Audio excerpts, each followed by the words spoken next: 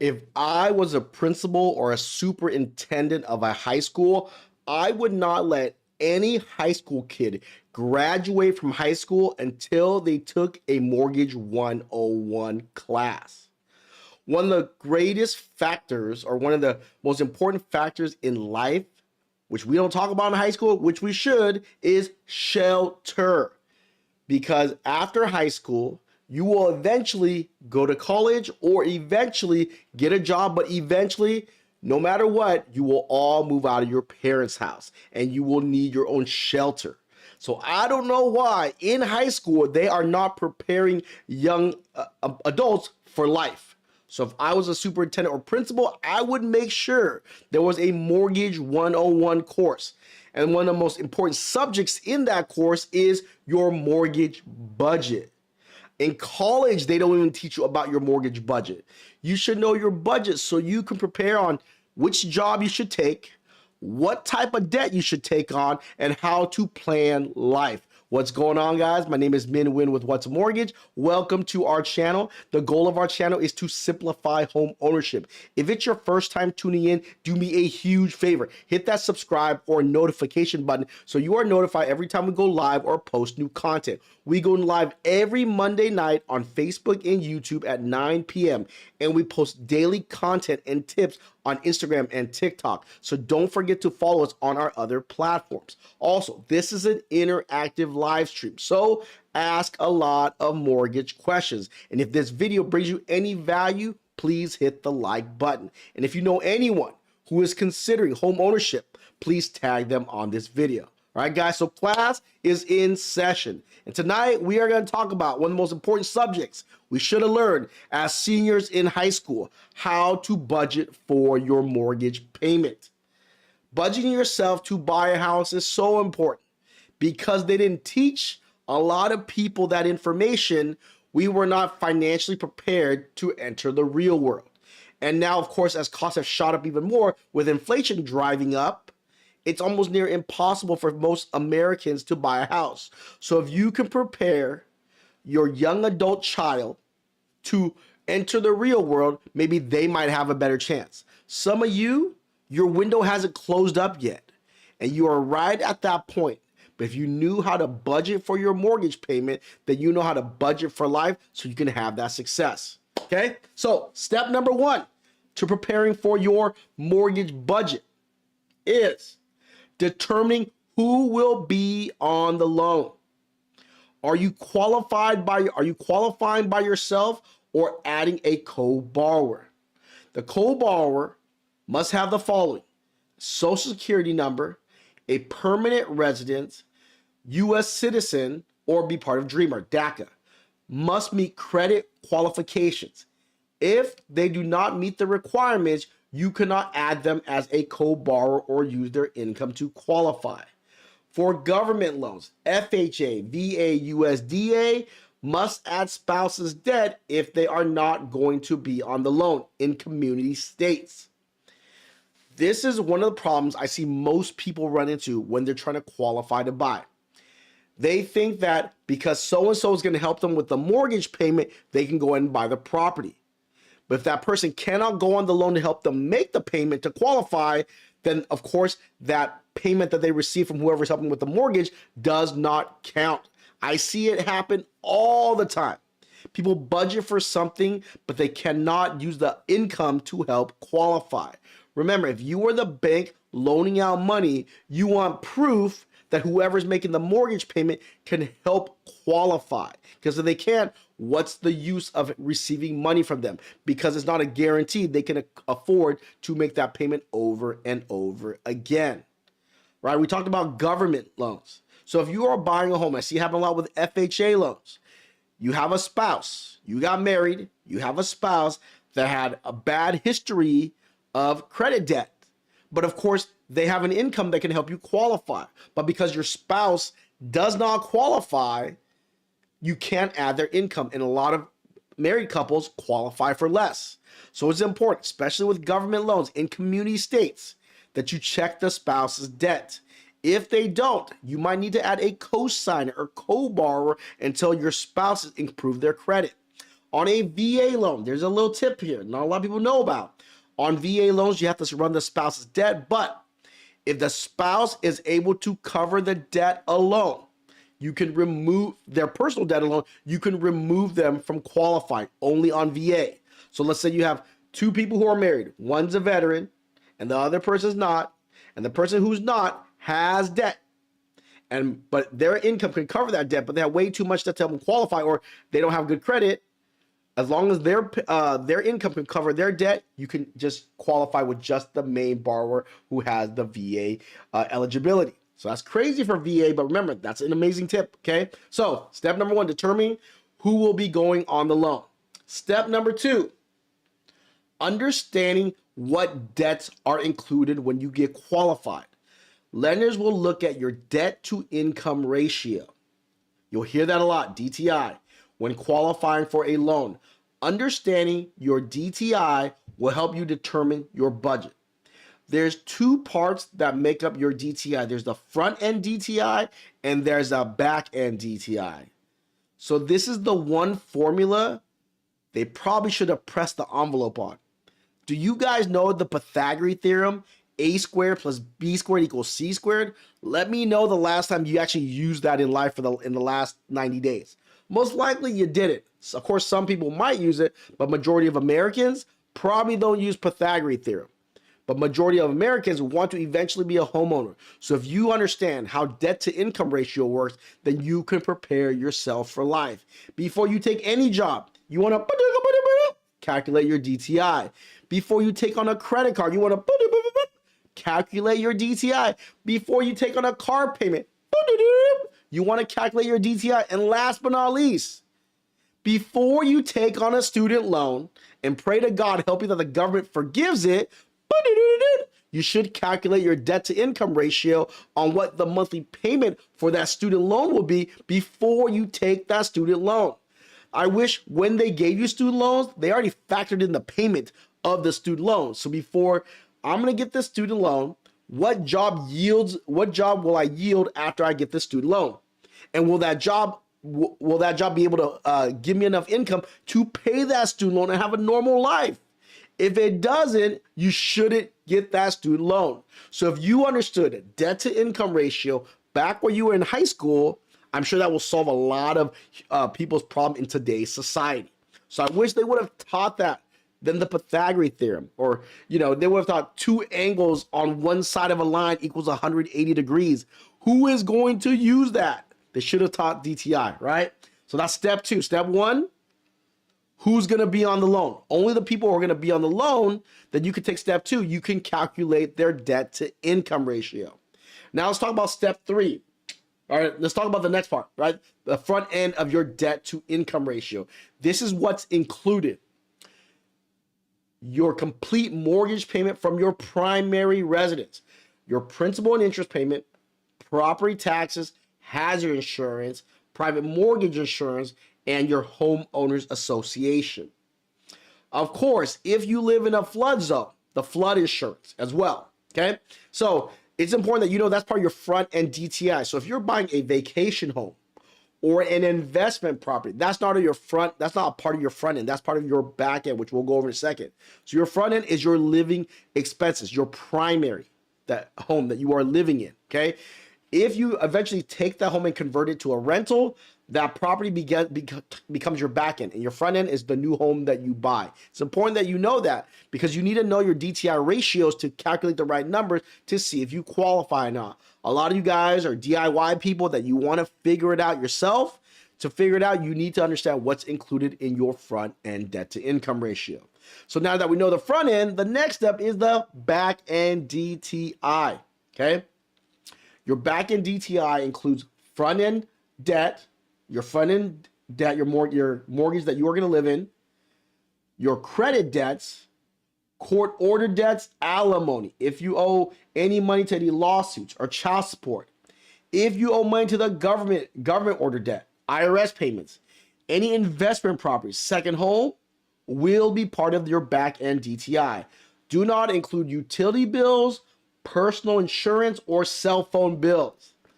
For those who are self-employed and you had to sign a personal guarantee with your credit, As long as you can prove that the business pays those debts and it's on your tax returns, then you can omit the business debt. Okay. I'm talking about personal debt. So that's why it's important that you run your credit. That's why most lenders want to run your credit, but there's ways to run it where it doesn't affect your credit score. But this is why lenders need to check your credit. They need to figure out your DTI. Okay. Also, that's what a lot of people ask. Can you buy a home if you owe child support or if you owe money to the IRS or alimony? The answer is yes. You just need to include those debts into your back end debt to income ratio. When you buy an investment property, right, your front end probably is not going to change. It's going to be your current mortgage. The back end is where you add the investment debt. Of course, you also receive income from the rental, which will help offset it. But whatever doesn't offset it will be included in the back end. Same thing with your vacation home. People want to go vacation home all day long, right? Because it's a smaller down payment than an investment. On a conventional second home, it's 10% down. On an investment home, it's 20% down, so it's 10% more. But remember, on a vacation home, you cannot use rental income to help you qualify. That rental property's mortgage will be on your back end debt to income ratio.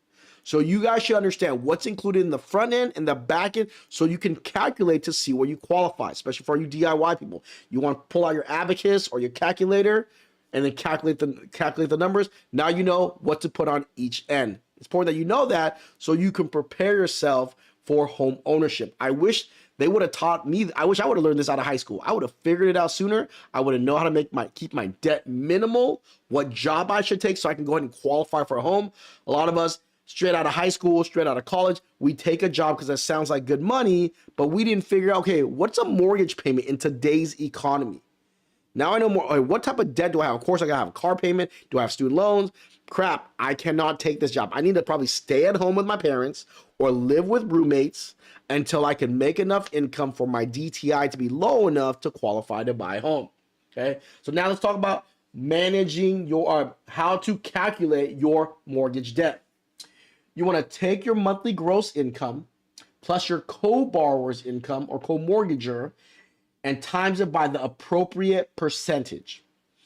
If you are considering going with a conventional loan, the front monthly gross income times it by 45% is your max mortgage, is the max your mortgage payment can be. Then monthly gross income times it by 50% is your max amount you should be paying towards all your debts. So 45 over 50. 45 front end, 50 back end. Government loans, 45 over 55. Monthly gross income times by 45%. Max is your max mortgage payment. Then monthly gross income times by 55%. Max amount you should pay towards debt. Jumbo loans, 43 over 43. Monthly gross income times by 43%. Max payment you can afford. Then monthly gross income times it by 43%. Max amount you should be paying towards debt. Okay, so this is your max debt to income ratio. So when you're calculating, you need to know what's the max front end, what's the max back end. On a conventional loan, there's not that much room because 45 over 50, you have a 5% variance. Look at government, 45 over 55, you have a 10% variance. That's why FHA loans have upfront mortgage insurance and monthly mortgage insurance. VA loans, thank goodness you serve our country. That's why they're more flexible. There is that VA funding fee. Jumbo loans, when you go with that big baller shot caller loan, they have a more restricted debt to income ratio. They're taking a bigger risk because they're loaning out more money. It's important that you know these equations. And if you haven't yet, you can go to whatsamortgage.com and download our ultimate mortgage guide. All these slides will be in there for you. So for those of you who are not taking notes, go ahead and download our guide, okay? So now let's talk about how to manage your DTI, right? Let's talk about managing your DTI. On a conventional loan, here's the perfect scenario for each loan type. Conventional loan, 45 over 50. So if you make 10 grand a month, times by 45%, your max mortgage payment could be $4,500. $10,000 times by 50% is $5,000. Government loan, same thing. 10,000 times 45, $4,500. 10,000 times 55 is $5,500. Jumbo loan, 43 over 43, 10,000 times 43 is 4,300. 10,000 times 43 again is another 4,300. So on a conventional loan, if you make 10 grand a month, the perfect scenario, you have a $500 wiggle room for your monthly debt. That's if you go for that max YOLO $4,500 mortgage payment. I know what some of you guys are thinking. Why would I go 45%? There's some crazy people out there who are taking it to 45%, or they have co-signers that can't go on the loan, or if they're self-employed and they write off a lot, right? I wouldn't go to the max unless you have income that you can't document, but you are very sure of that income. Don't take it to the max, okay? Government loans, you have a $1,000 window, okay? What's going on, no? And jumbo loan, you have 43%. Jumbo loans, they're loaning you more money. It's a bigger risk. So if you make 10 grand a month, your max mortgage payment can be only 4,300. So that's how you manage your debt to income ratio on the perfect scenario. Now let's talk about non-perfect scenario. Okay? Your non-perfect scenario. Example, conventional loan example. Let's say your monthly gross is 10,000. Your max debt to income ratio is 5,000. If you had $1,000 a month in debt, your max payment is $4,000 bucks. $1,500 a month in debt. Your max mortgage payment is $3,500. $2,000 a month in debt. Your max mortgage payment is $3,000, even though you make $10,000. If you have $2,500 a month in debt, your max mortgage payment is $2,500 a month. Look at government loans, $10,000, $5,500. As you can tell, $1,500 a month in debt, $4,000 mortgage payment, $2,000 a month in debt, $3,500, $2,500 a month, $3,000, $3,000 in debt, $2,500. As you can see, the more debt you have, the less buying power you have. Of course, some people have too much debt. That's why they can't afford a big mortgage payment. And that's why I wish in high school, your senior year, my senior year, I would have learned how to calculate my DTI. That would make me think twice before taking out credit cards. That would make me think twice before taking out student loans. That would make me think twice before taking out any debt. If I want to go in the direction of owning a home, before taking any job, okay, let me calculate it. I should know what my max DTI is. Understanding how to calculate your mortgage payment is next thing I would teach in class after I figure out my debt to income ratio. It's important that you understand this so you can go ahead and qualify for your home, okay? And for those of you out there who don't want to bust out a calculator to calculate your DTI, I did you a big favor.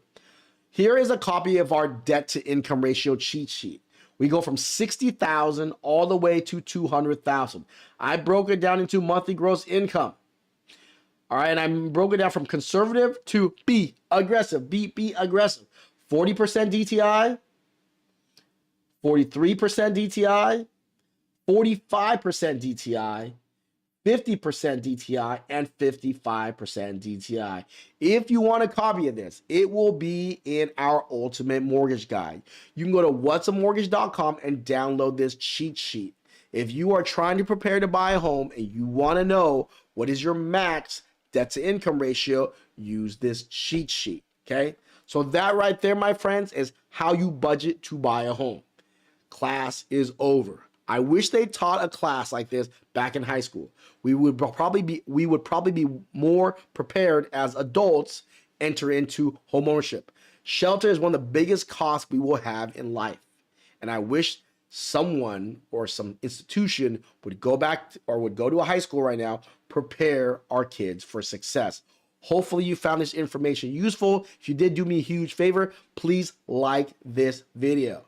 Also, tag your child on this video. Let them know daddy or mommy loves you, okay? Watch this video. It would, of course, I would appreciate it a lot, of course, they're sharing it, but I think this video is important for our kids so we can be well prepared. Some of you adults out there, you're right on the cusp of home ownership. You just don't know it yet. Hopefully this video helped you. And of course, if you're not following me by now, please do me a huge favor. Hit that subscribe or notification button, right? If you have mortgage questions, let's go some Q&A. All right, guys. Also, if you want to get a hold of me, you want to go over payments, or you want to see what you qualify for. If you have a loan estimate that you want me to help you find a lender to help you read it and beat it, you can go ahead and give us a call, 714-790-9697, or you can send an email to info@whatsamortgage.com if you want us to review your loan estimates. All right, let's get some Q&A here. What up, Mary? How you doing? Buying a home right now out of high school? Congratulations, Mary. Wow, that's a major accomplishment. Congratulations, Mary Tando. Quinton, Rebecca, Auto B, what's going on? Mary, added a co-borrower. Together you can own. Don't give up on the dream, especially now renting goes up. 100, Mary. I completely agree with you. Gus Lucatero, can you explain further the difference between APR and interest rate, or is it the same? There is a big difference between APR and interest rate. The interest rate is your effective rate for your principal and interest payment. So it's completely different from your APR. Your APR is your complete payment, your complete cost for a loan. The APR includes your effective payment and your closing costs. The best thing to do when you have an APR is you can compare it with another lender's APR. Of course, if they have the same interest rate, whoever has the higher APR, you can tell has the higher closing costs. The APR is the overall cost for the loan. The effective rate is just the principal and interest payment. Hopefully that helps you out. Good, Andy? Yes. Okay. What's going on, Gus? No. What up, guy? What up, no? Valupe, how are student loans factored? So if you have student loans, whatever the payment is, when they run your credit, that payment is added to your debt to income ratio. Okay. If you don't have a payment and you're in deferment or forbearance, let's say the balance average student loan is $30,000, they would add $150 a month to your student loans. VA, the calculus is a little different. Not too many veterans have student loans because of the GI Bill, but if you do, please DM me. It's also in my VA guide. You can go to whatsamortgage.com, download our VA guide. It shows you how to calculate student loans for veterans, federal student loans, okay? So if you you are a veteran, you have student loans, go ahead and go to whatsamortgage.com, download our VA guide. On our website, we have the Ultimate Mortgage Guide, which everyone should get a copy of. We also have our FHA guide, our conventional guide, and our VA guide. And for those of you who own a home, we have a refinance guide as well, right? Hopefully that helps you out. So last thing via Velupe, if your student loan is an income-based repayment, whatever the payment is on your credit report is added to your DTI. But if the payment says 0 and you're going with a conventional loan, a conventional Fannie Mae loan, then you add no payments to your DTI. Hopefully that helps you out. Marco Gustamoon, I'm closing on November 11th. My question is, where do you expect rates to be in the next 45 days? I think rates overall should be climbing up from now until the end of the year. There's a fluke today as rates pull back. Today, I did not expect the 10-year to drop. Today, of course, they're speculating that the Feds will be pivoting sooner than later. I don't think so, but people are speculating. Two reasons. Reason number one, the Bank of England has decided, I think they're petitioning, or most likely they're going to be printing money to bail out the economy. Their bond market has crashed, and everyone thinks the United States is next. They think the United States are going to go ahead and turn on that printer and hit Control P again and start printing money. So that's, people are speculating that, so they think rates will pull back. I don't think so yet, Marco. I think sometime next year. So rates are dropping today. If you have a chance to lock, okay? Also, number two, the Japanese are selling off all United States debt. If they sell the debt and everyone and every other country starts selling off U.S. debt, yeah, we are going to be in some deep poo-poo. So we're going to have to print money for sure if that all happens, right? Or unless the Feds are going to let the United States economy collapse. It's up to them. Hopefully that helps you out. Hey, man, been following you since 2018. Dude, look at the OG over here and have taken down notes. Thank you so much, Christine. Do you think I have the ball on my court to ask the lender to lower the price by about, you mean the seller, about 10 to 20K since rates have increased? You have not, Gus, till you ask not. I would definitely ask, all right? Hopefully that helps you out. Quintin Tracia. We've been looking a new construction. The prices are dropping and the builders say now they are accepting offers. We were pre-approved for $550,000. The builders seem hungry to sell, but we don't like the monthly payment. How do you feel about waiting a few months? We are not in a hurry, or do you work with lenders and builders to help get our monthly payment more comfortable? To completely honest, Quintin, if you're working with a builder, most likely there's nothing I can do for you.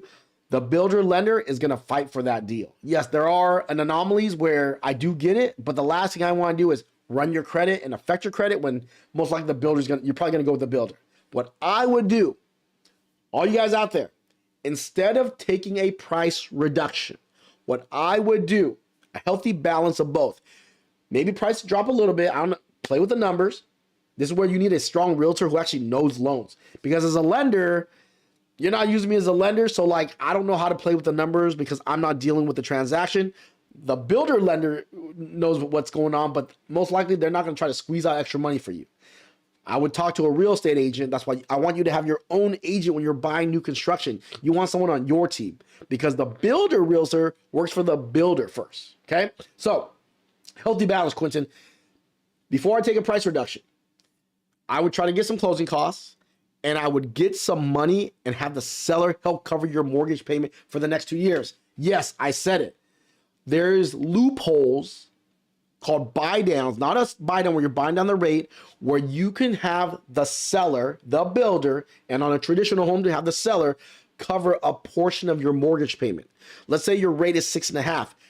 You're only paying on 4.5. They're going to cover the 2% for the first year every month. The second year, they're going to cover 1%. So use some of that money to cover, so before you take the price reduction, to cover the mortgage payment. And when rates drop sometime next year or the year after, refinance, take the lower rate.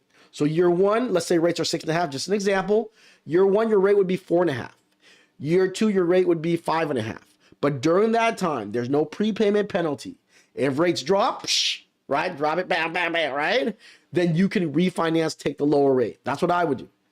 Take some money for some closing costs, have the seller, instead of backing off the purchase price, use that money to hedge ahead and cover 2 years, a portion of your mortgage payment for the next 2 years. That's what I would do, right?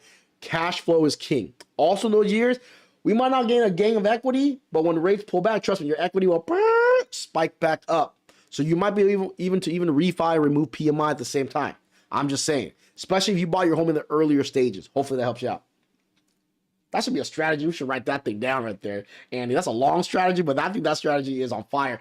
Guys, let me know if you appreciate that strategy, but it's working right now. To make buyers more comfortable to buy, sellers, through loopholes, right, which is legal, can cover a portion of your mortgage payment the first year and the second year. And if rates pull back, refi and grab the lower rate. Hopefully that information helps you out, okay? All right, guys, I really want to appreciate everyone who watched tonight. Do me a huge favor. Please like this video. And if you're not following us by now, please hit that subscribe button, all right, guys? We want to, oh yeah, one last thing. If you do want to get a hold of me, if you are buying a non-new construction home and you want to work with a lender that can break down this buy down for you, this loophole for you, so you can have a lower mortgage payment for the next 2 years. When rates pull down, you can refi. Go ahead and give us a call or send us a text, 714-790-9697. If you text, don't forget to put, I want the seller to help cover my mortgage payment. How can we make that happen? All right, make sure you text that over or email it with your scenario, okay? info@whatsamortgage.com. And we want to end all our episodes with, our attitude is gratitude. Without you, there is no us. So thank you guys so much.